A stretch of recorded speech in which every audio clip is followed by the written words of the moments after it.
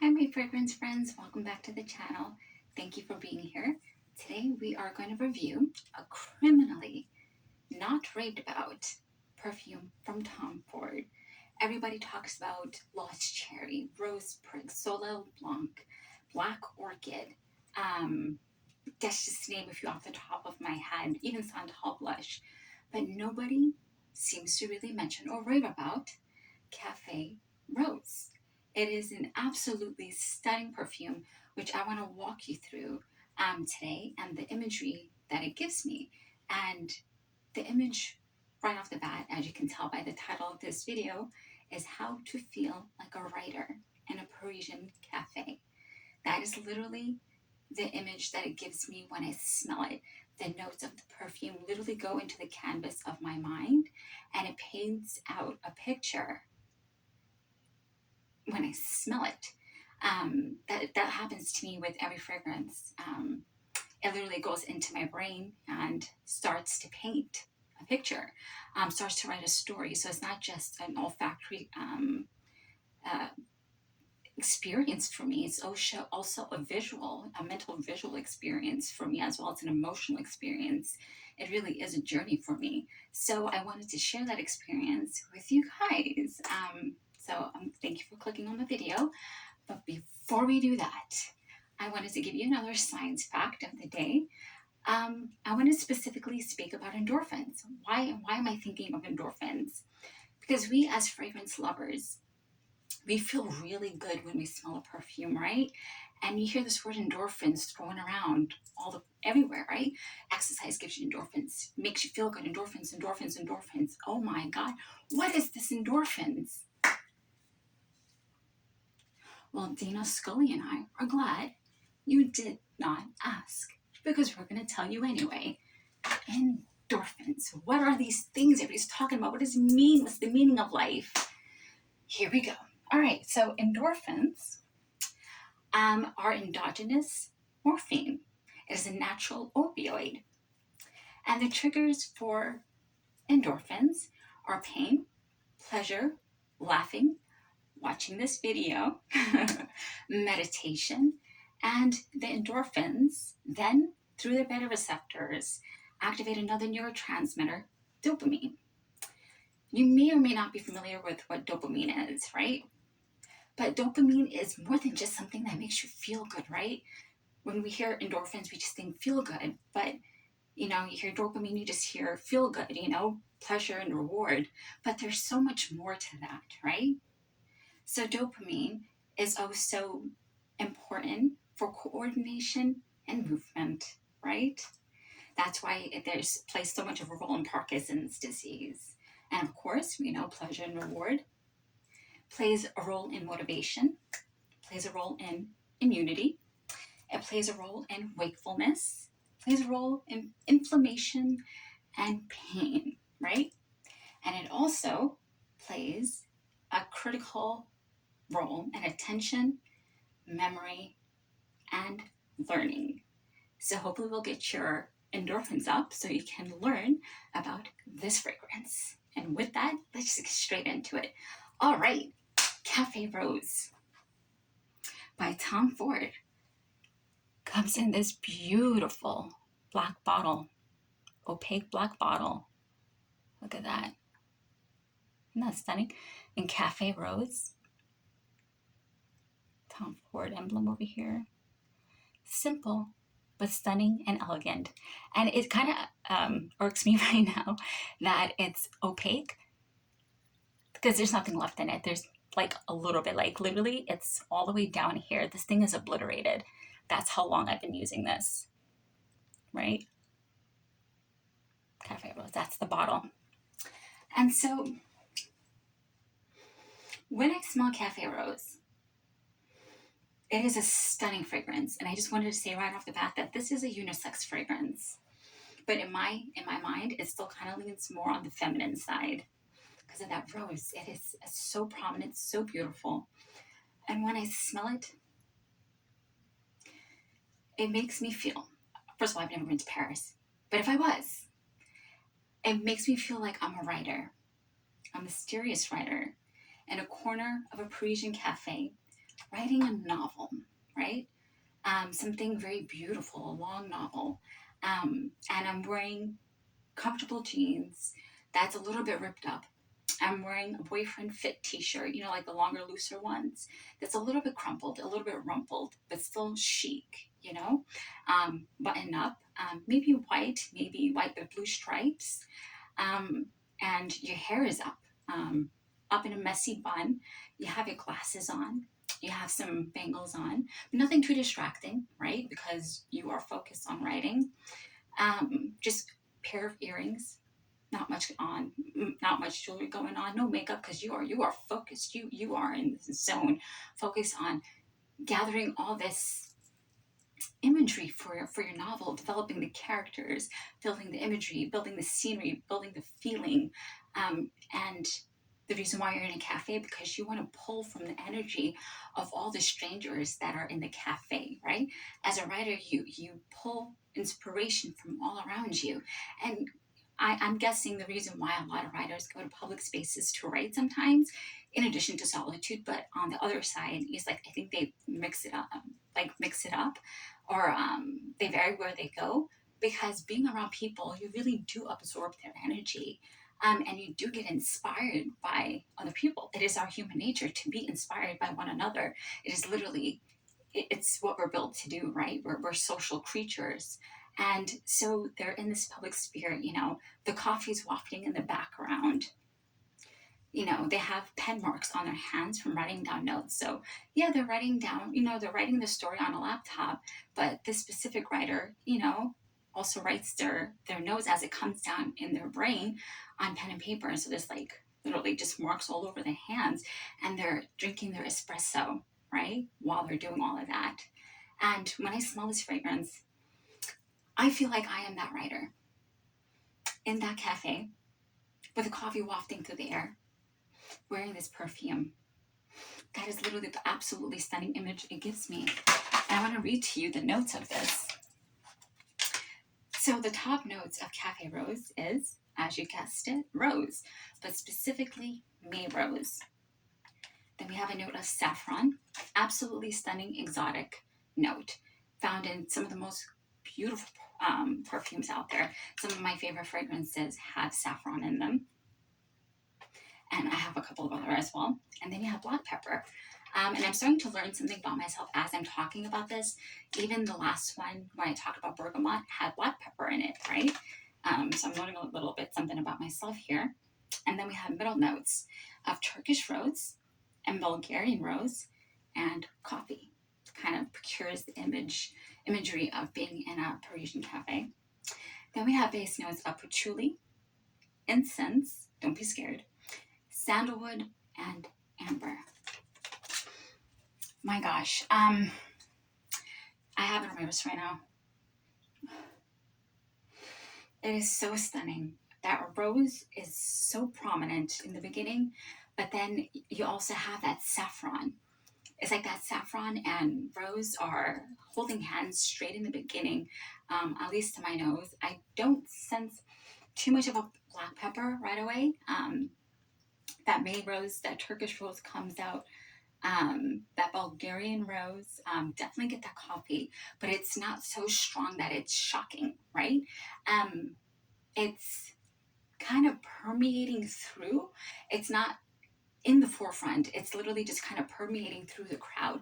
You know how kind of like an aroma kind of just kind of goes in and out through a crowd. That is what it feels like. Just an aroma between the roses, not covering the roses. So you just have the wafting aroma of the coffee through the flowers and the saffron. The saffron is also a kind of flower, if you did not know. So it's just wafting through all the flowers.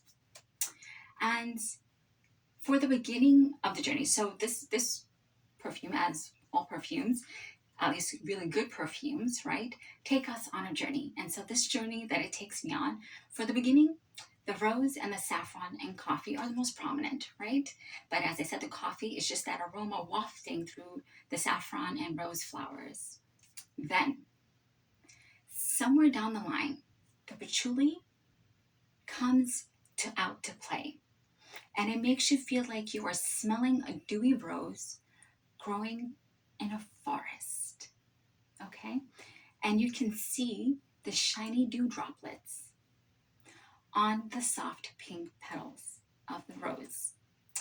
And that is in stark contrast, but yet calming contrast, to the deep greens of the forest surrounding it. Okay? And then as you journey further down this journey with Cafe Rose, further along with Cafe Rose, a few hours later, okay, because this is a very long lasting perfume. So be very careful when you spray it. It is long lasting. Oh my goodness. So a few hours later, the rose is settling beautifully with this sandalwood. So that patchouli then takes a back seat. That coffee takes a back seat, and then sandalwood comes up front and say, "Hey guys, I'm here."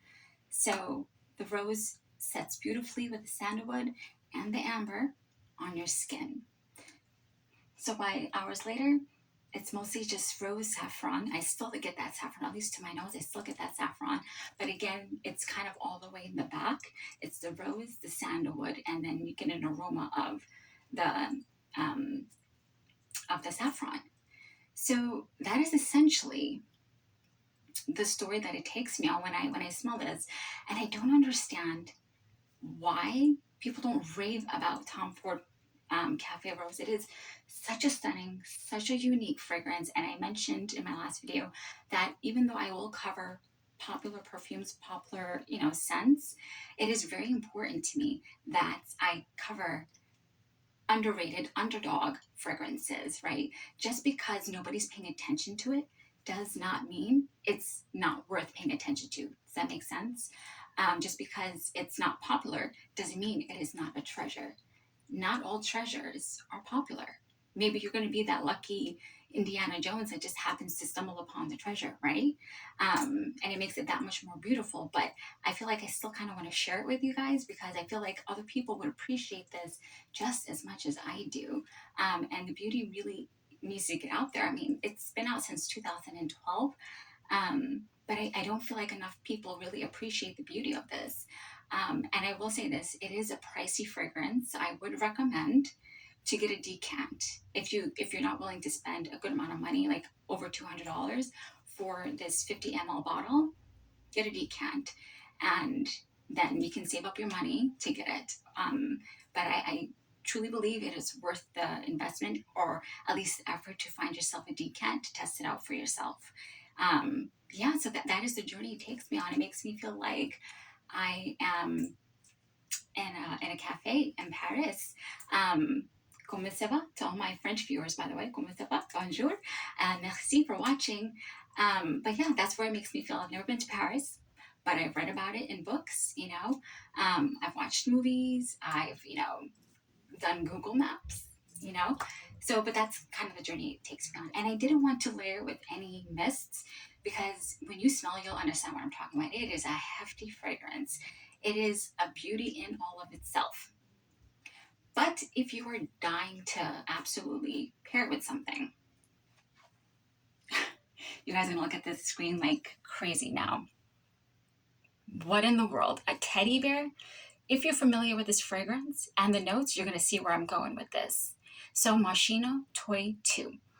If you were to pair it with anything, I would recommend this, and pick your jaws up off the floor because let me explain, okay? Let me explain why a teddy bear would go with something so classy.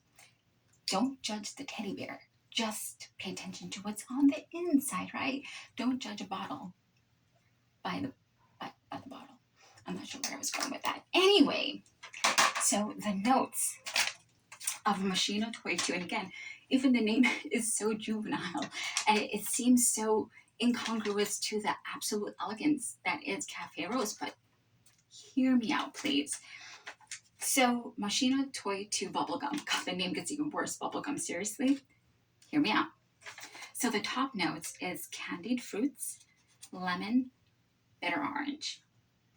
The middle notes, bubblegum, Bulgarian rose, blueberry, peach, cinnamon, peach blossom, ginger. The base, musk and broxton, which is a derivative of amber, and cedar.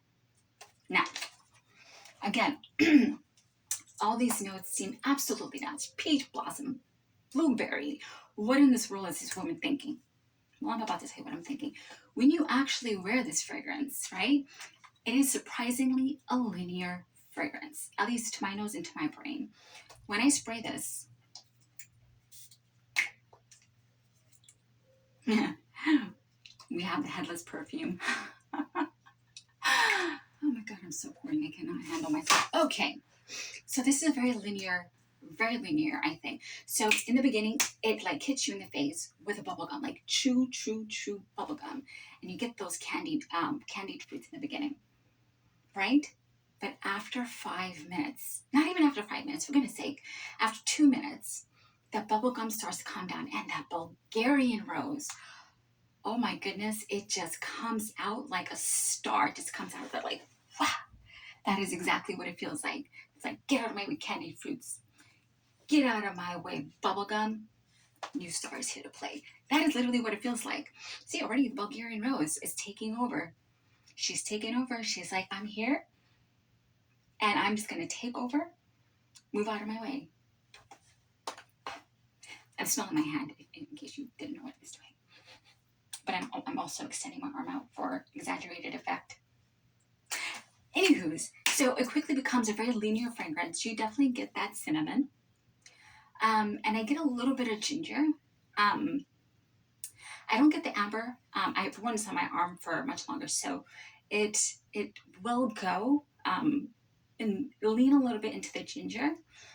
And it just, for some reason, and it also has ambroxan, which also Cafe Rose has amber. So amber, ambroxan, and they both have the Bulgarian rose. And the candied fruit does stay there a little bit, but I think it enhances the rose that is in Cafe Rose with a little bit of sweetness. So you would put Tom Ford on first, and then you would go in with Moschino Toy 2, a 1-to-1 ratio, okay? So there's two schools of thought on layering. You put it directly on top of each other, or you can put it side to side and like alternate and let the two waft together.